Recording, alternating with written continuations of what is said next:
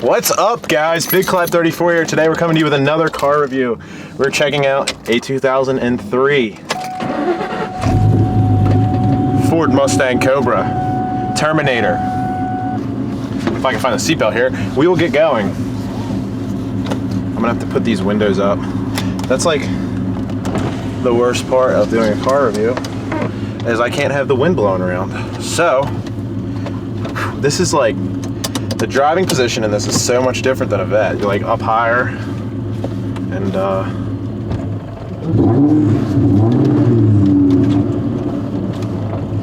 this clutch is really stiff too. I'm gonna take these glasses off so you guys can see me. All right, so, wow, I just started and I can already feel like I'm about to crash into a crowd.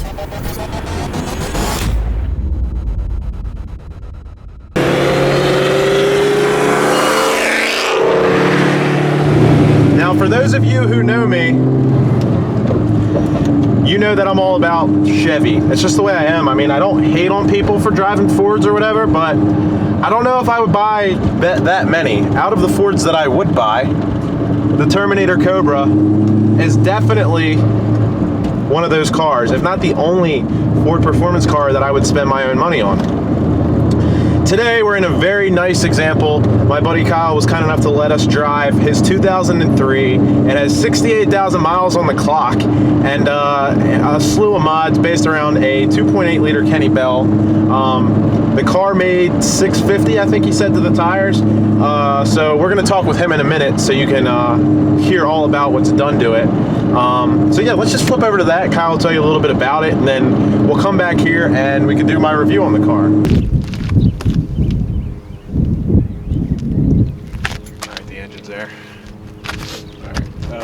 As you know, if you watch the videos, well, the last video I did reviewing a car of my car, that was my first review of sorts. This was actually supposed to be the original car that I was reviewing. About a year ago, we went out, did one pull. It was still a stock blower at that point, and you tore up some gears, right? Yeah, I went to go power shift third and shear the teeth off. That good old power shifting will get you. So this time we're back, probably like a little over a year later, and the car is looking a lot different. Now, as we know, these cars come with a built bottom end from the factory, so that's still stock. He has the 2.8 liter Kenny Bell on it now, and aside from that, I mean, what else has changed between last year and this year? Nothing too crazy. The IRS got a little bit of love too. It has a Ford Racing cover on it, some solid bushings for the differential. Other than that, I did a little bit of dress up. I had just some small stuff powder coated. It's got a full return fuel system from 4 ID1000 injectors, and other than that, it is tuned on 3 different pulleys from pump all the way up to race gas. Today we're on pump, right? It's 93. Today we're on pump and Torco. It made 650, 557 on 22 pounds.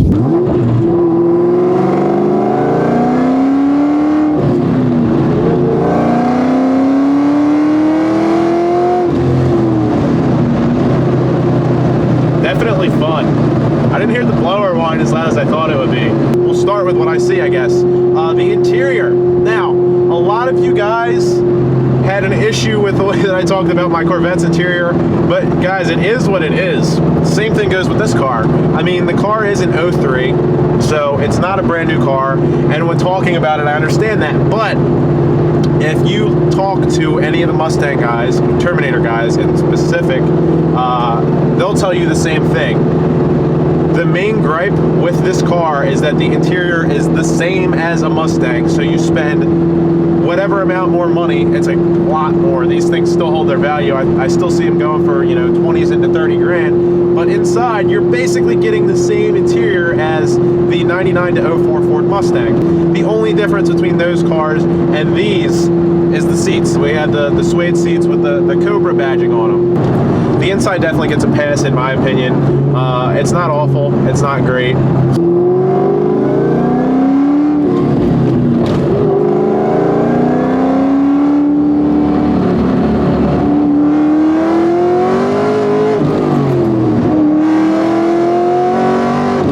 Woo, wow, yeah.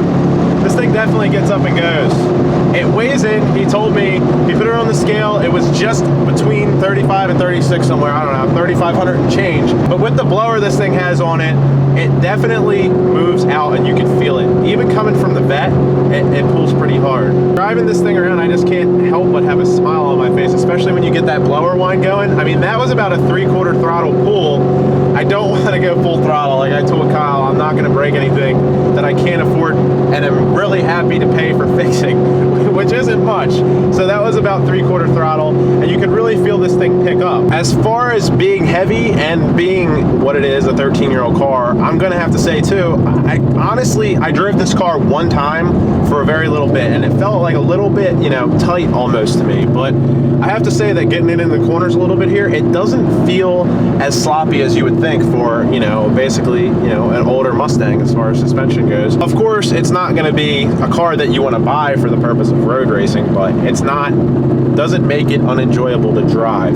It's very enjoyable even in those tight little areas. Now to the other things that these guys complain about generally after owning this car. Now we addressed the interior, which again, it's a Mustang interior. Everybody has seen one, you know what it's all about. I don't think it's too terrible for, you know, an early 2000s sports car. In the long run, I don't think it's really worth complaining about, other than the fact that you get to pay a little bit more, you want to get a little bit more than just a regular old Mustang, which, I mean, you don't really, the seats are nice, but again, is what it is. It's shifted through a T56, just like my car. Transmission that isn't known for a ton of issues, but the knock on these cars is when you start to get to the back, they have an IRS that a lot of people in the world of drag racing cannot make work very well. Some guys kind of just modify them and deal with it. Other guys swap them out for a solid axle.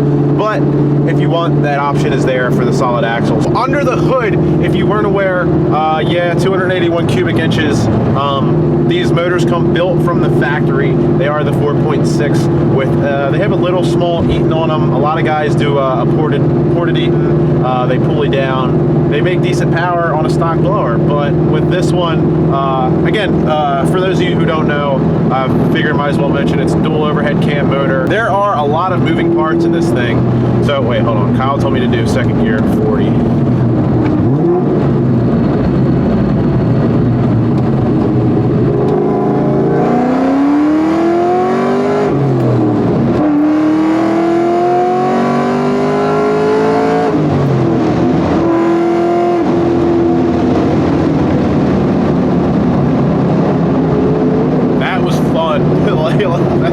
That was really fun. Oh man, this thing does make a good amount of torque. It makes 650 horsepower and 570 torque, I think he said. You can definitely feel the torque even though the car is a couple 100 pounds heavier than the Corvette. It doesn't stop like the Corvette, but again, that's to be expected with a car that's this heavy. And honestly, like guys, the only reason why I don't own one of these cars right now, I love the Z06s.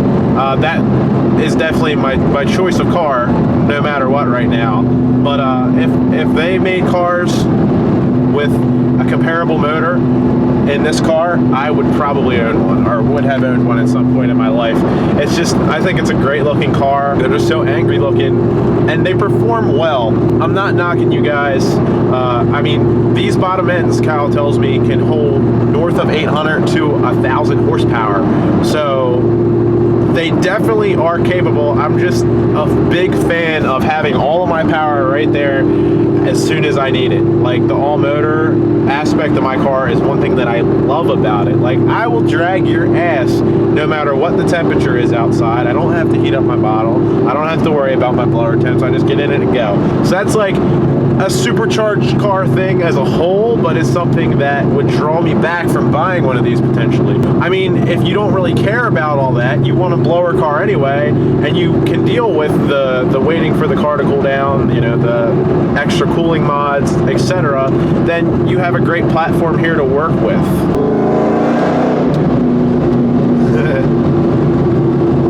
I can definitely see myself owning one of these. Hey girl, how you doing?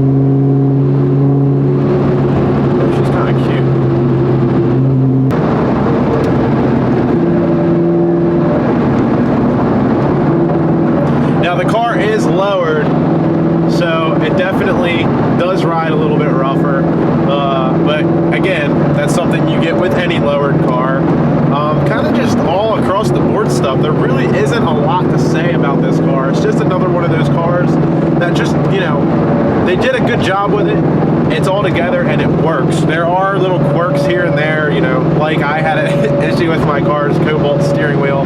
This has something very similar to a Explorer steering wheel that's wrapped better, but it was just like little dumb stuff like that. There is nothing major that would deter me from buying one of these vehicles. I'll probably crash it into a crowd if I drive it long enough, but it's just a fun car to drive.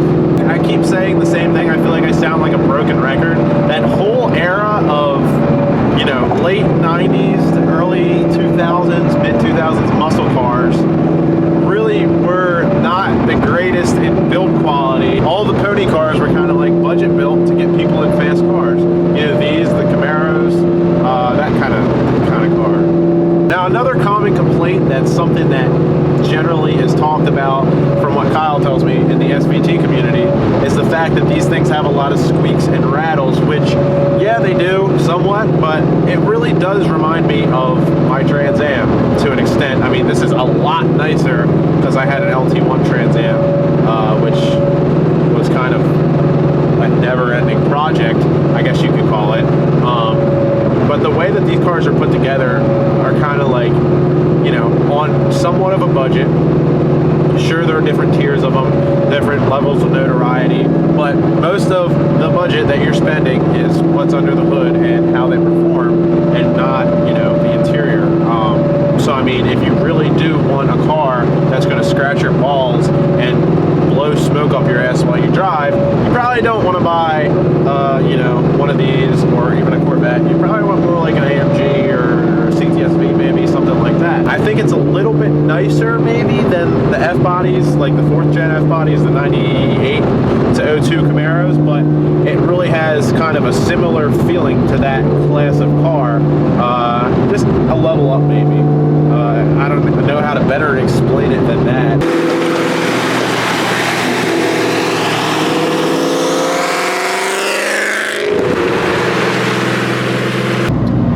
This clutch pedal is heavy, very heavy.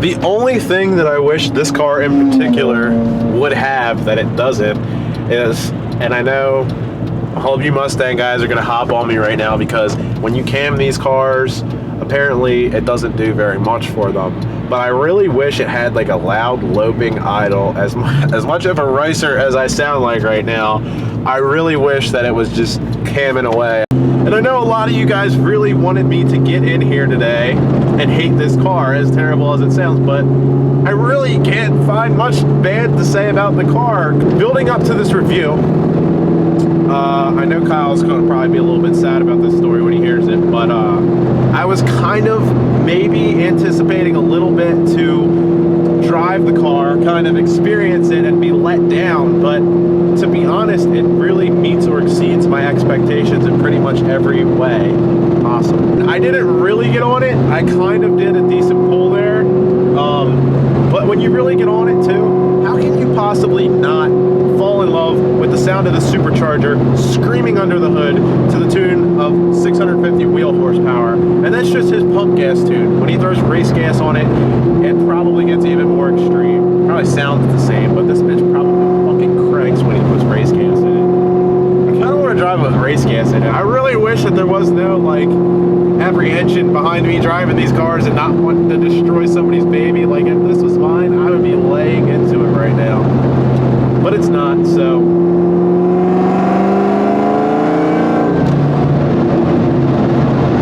One other thing that I did notice about this car is that the clutch, I mean, it is what it is, you know, it's really heavy. Kyle himself said he's thinking about switching to the McLeod RXT, which is the clutch that I'm also going to be going with. But I mean, I can't really qualify that clutch one way or another. But the shift, the way that this shifter is down here, it's kind of a little bit awkward to me. For me, for this being like the actual first time that I'm driving this car in any kind of longer capacity, it's just kind of like, I don't know, I feel like you get used to it, but like leaning down the bank gears for a taller guy for me, maybe it's just because I'm freakishly freaking tall, but it's just kind of like an awkward position a little bit. I don't know. The way that the Vet is set up, I feel like it's just like so natural to slam the shit out of gears. And for me, slam the shit out of gears and miss them. But I don't know, just some food for thought, something to think about if you ever go to look at one of these cars to potentially buy them. So guys, that's about all that I have today. I have to say that I thoroughly enjoyed driving this car. A big thanks to Kyle for taking some time out of his day here to let me get behind the wheel and kind of hang out. So overall, how do I feel about it? I feel like I will probably own one of these at one point or another in life. So that's all I got for you guys. That's my review. If you have any questions, leave them in the comments below. Kyle already told me he's going to be scouring the comments to see what you guys are saying. He's really hyped to see.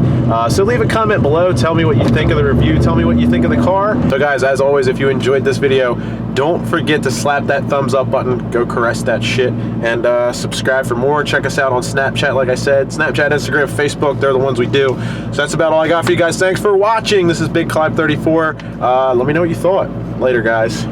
Actually, please do a blooper reel. I bet that'd be great.